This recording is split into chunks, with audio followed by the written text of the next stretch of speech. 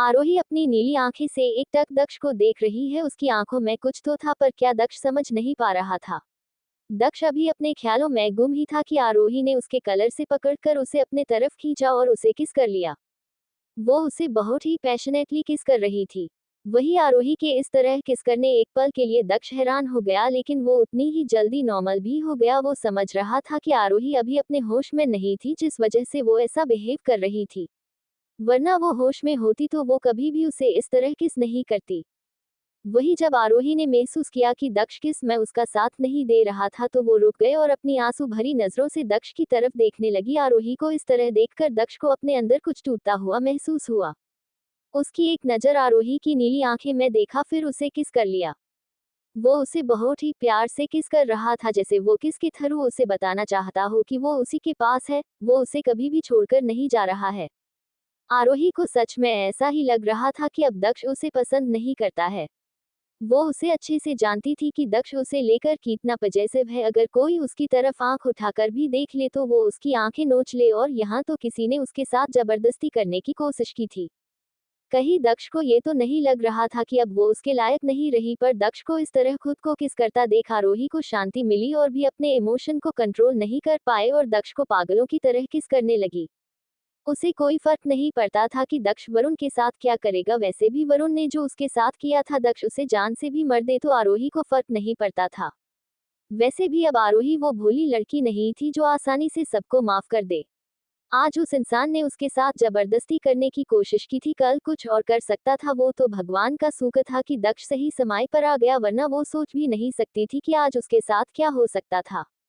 वही आरोही बिना रुके दक्ष को किस किए जा रही थी। उसकी पकड़ दक्ष पर इतनी मजबूत थी कि जैसे उसे डर हो कि उसने अपनी पकड़ जरा भी ढीली की तो दक्ष उसे छोड़कर चला जाएगा। दक्ष भी आरोही को डर को समझ रहा था, जिस वजह से वो उसे शांत करवाने की पूरी कोशिश कर रहा था। वो जितना वो सके उसे उतने प्यार से किस कर रहा था, पर ये उसके लिए भी आसान नहीं था, क्योंकि आरोही के इतने करीब होने की वजह से उसकी बॉडी रिएक्ट कर रही थी।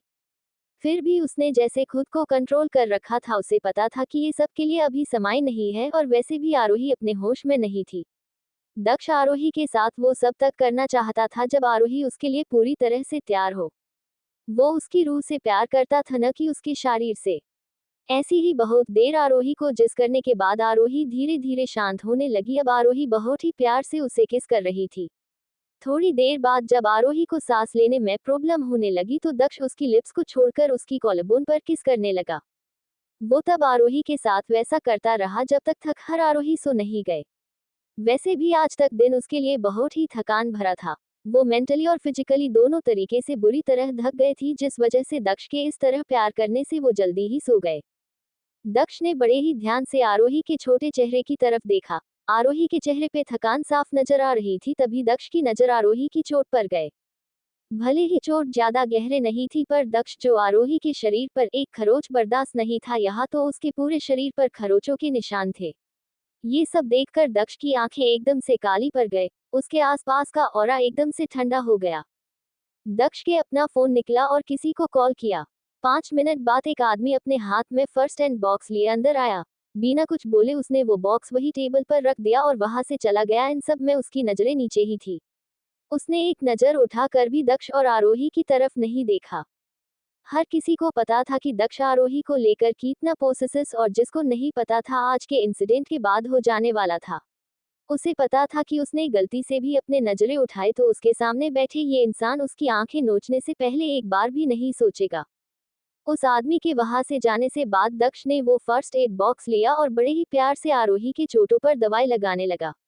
वो ये सब बहुत ही ध्यान से कर रहा था।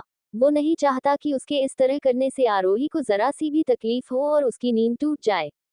सब कुछ हो जाने के बाद उसने एक आखिर बार आरोही की तरफ देखा, फिर उसकी लिप्स पर एक छोटी सी किस करते हुए उसे अच्छे से ब्लैकेट से कवर कर वहां से चला गया। बाहर आकर दक्ष अपने भयानक आवाज ने बोला, वो कहा है।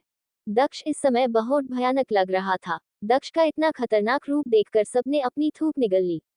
वहीं दूसरी तरफ एक कमरे में किसी के चीखने चिल्लाने की आवाज सुनाई आ रही थी। वो आवाज इतनी भयानक थी कि किसी की वो आवाज सुनकर रूह कांप जाए। वो इंसान और कोई नहीं, वरुण था। वरुण बस चिल्लाए जा रहा था क्योंकि वो बॉडीगार्ड्स उस पर बिना रुके कोरे बरसा रहे थे, पर उसके इस तरह चीखने चिल्लाने से भी उन बॉडीगार्ड्स के ऊपर कोई असर नहीं हो रहा था, जैसे कि वो सब लोग बहरे हो।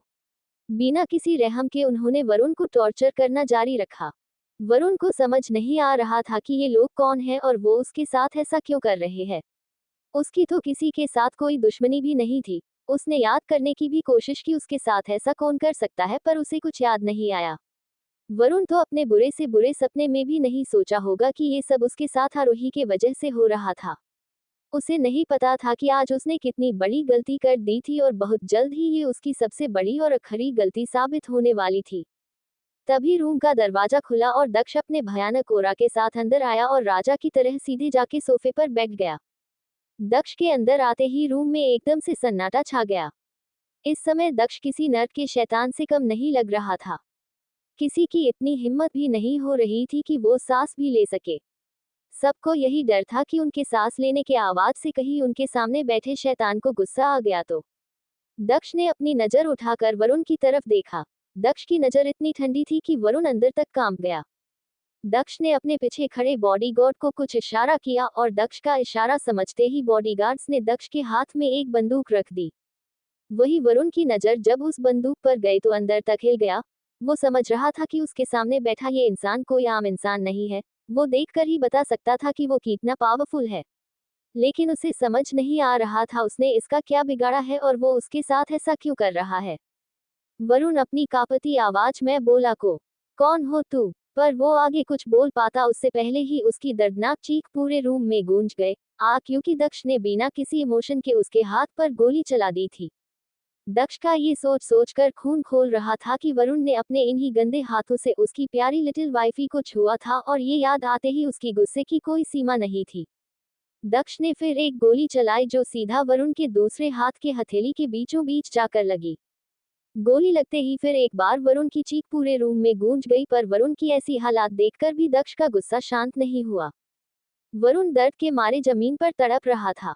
अपने सामने ये भयानक सीन देख सब बॉडीगार्ड्स डर के मारे थर थर कांपने लगे। दक्ष ने एक नजर तड़पते हुए वरुण को देखा, फिर चलकर उसके पास गया। उसने वरुण की उसी गोली वाले जगह पर अपने जूते रख दिया और उसे अपने जूते से बेहरानी से कुचलने लगा। उसके ऐसा करने से फिर से पूरे रूम में वरुण की दर्द भरी चीख सुनाई दी। दक्ष अपनी भयानक आवाज में बोला, तुम्हारी हिम्मत भी कैसी हुई मेरी लिटिल वाइफ को छूने की, जिसके ऊपर मैं किसी की एक नजर बर्दाश्त नहीं कर सकता। तुमने तो उस पे अपनी गंदी नजर डालने की हिम्मत की है।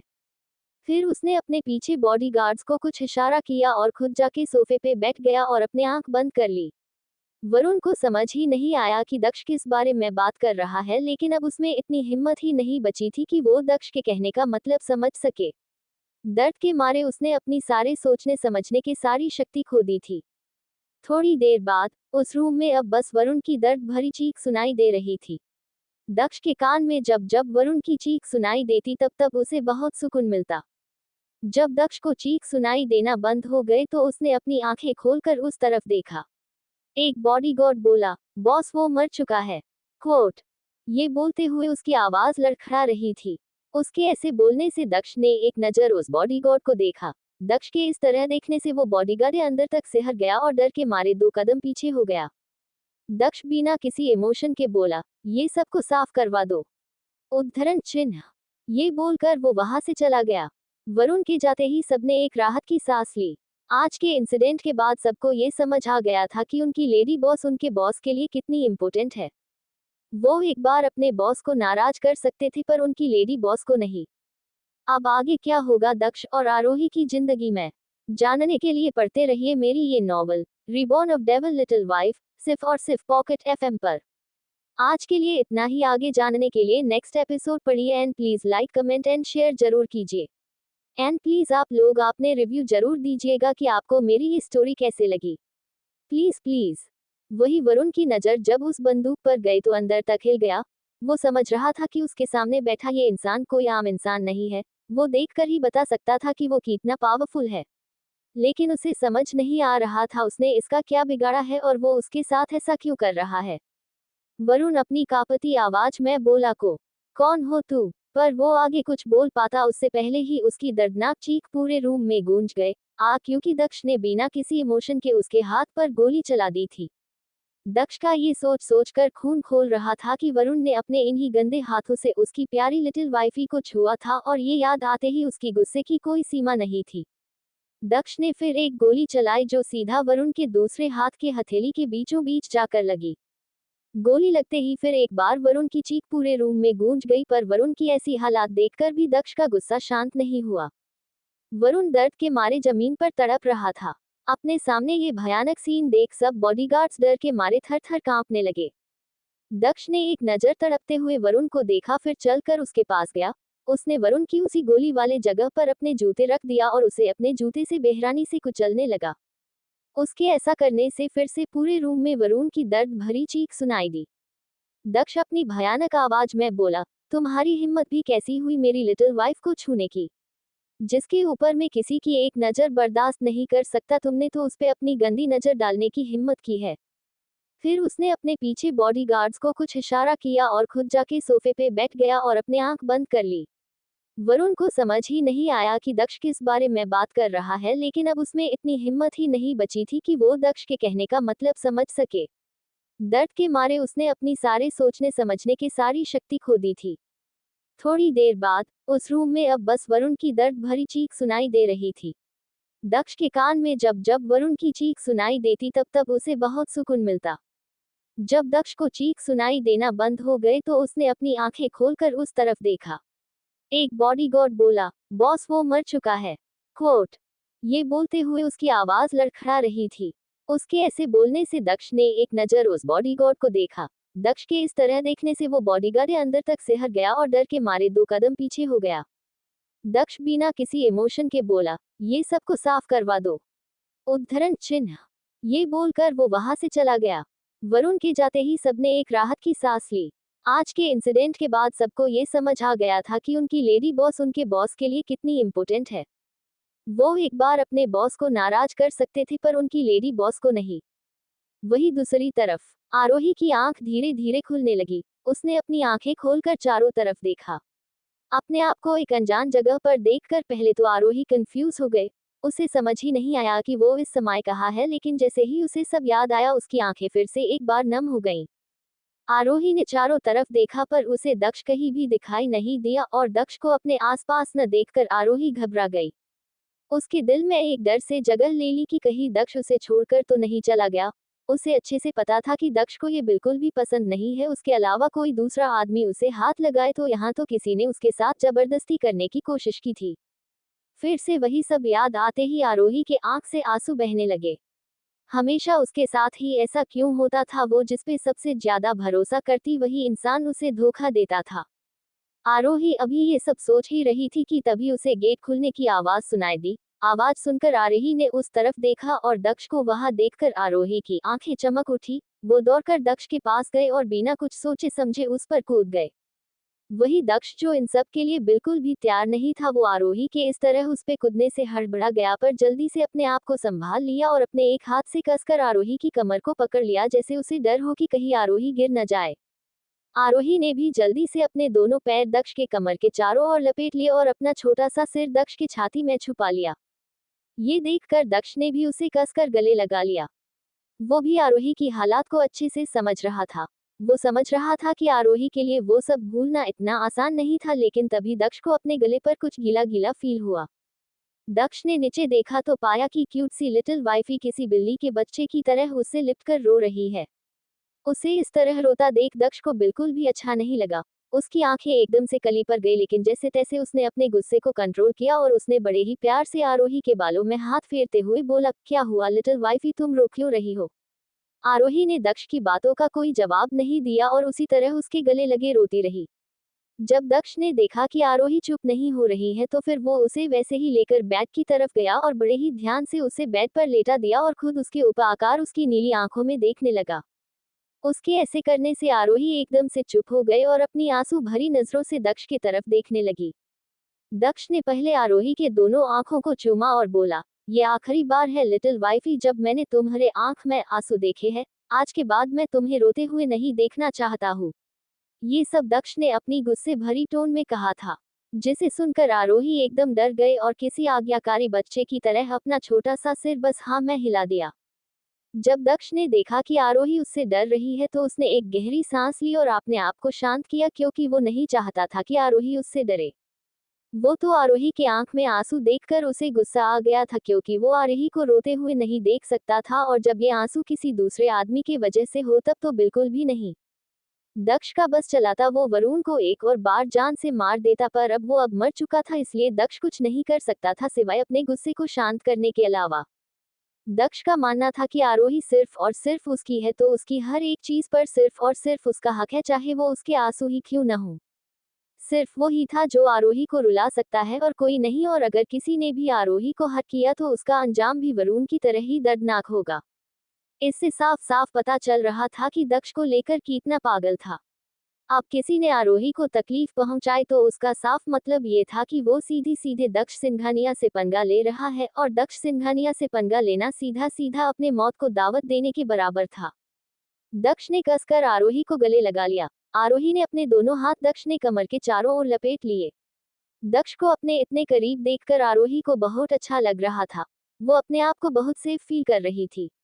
उसे ऐसा लग रहा था कि दक्ष के होते हुए उसके साथ कुछ गलत नहीं हो सकता है, और ये सच भी था, दक्ष के होते हुए कोई उसे चोट नहीं पहुंचा सकता था। दक्ष ने एक नजर आरोही की तरफ, जो उसे ही अपनी घनी पलकें झपकाकर देख रही थी। दक्ष को इस समय आरोही बहुत प्यारी लग रही थी। फिर उसने उसे माथे पे एक किस किया। उसके ऐसे करने से आरोही की आंखें अपने आप बंद हो गई। दक्ष ने फिर आरोही को दोनों आंखों को चूमा, फिर उसके दोनों गालों को, ऐसे ही वो आरोही के पूरे फेस को चूमने लगा। उसके ऐसे करने से आरोही का पूरा चेहरा गुलाबी हो गया, जिससे वो और भी खूबसूरत लग रही थी। तभी दक्ष की नजर आरोही के गुलाबी होठों पर गए। आरोही को होठ इस समय किसी गुलाब की पंखुड़ियों की तरह लग रहे थे। ऊपर से दक्ष के इस तरह किस करने से आरोही के होठ कांप रहे थे, जिससे वो और अट्रैक्टिव लग रहे थे। आरोही को इस तरह देखकर दक्ष का अपना गला सूखता हुआ महसूस हुआ। वो धीरे धीरे अपना कंट्रोल खोने लगा, और जब दक्ष से और बर्दाश्त नहीं हुआ तो बिना एक पल का वक्त गवाए उसने अपने सख्त होठ आरोही के मुलायम होठों पर रख दिया और उसे किस करने लगा। दक्ष के इस तरह किस करने से आरोही की पकड़ उस पर कस गए। दक्ष आरोही को इस तरह किस कर रहा था जैसे वो कितने दिनों का प्यासा हो और आज जाके उसे अपनी प्यास बुझाने का मौका मिला हो। दक्ष आरोही की खुशबू से मदहोश होते जा रहा था।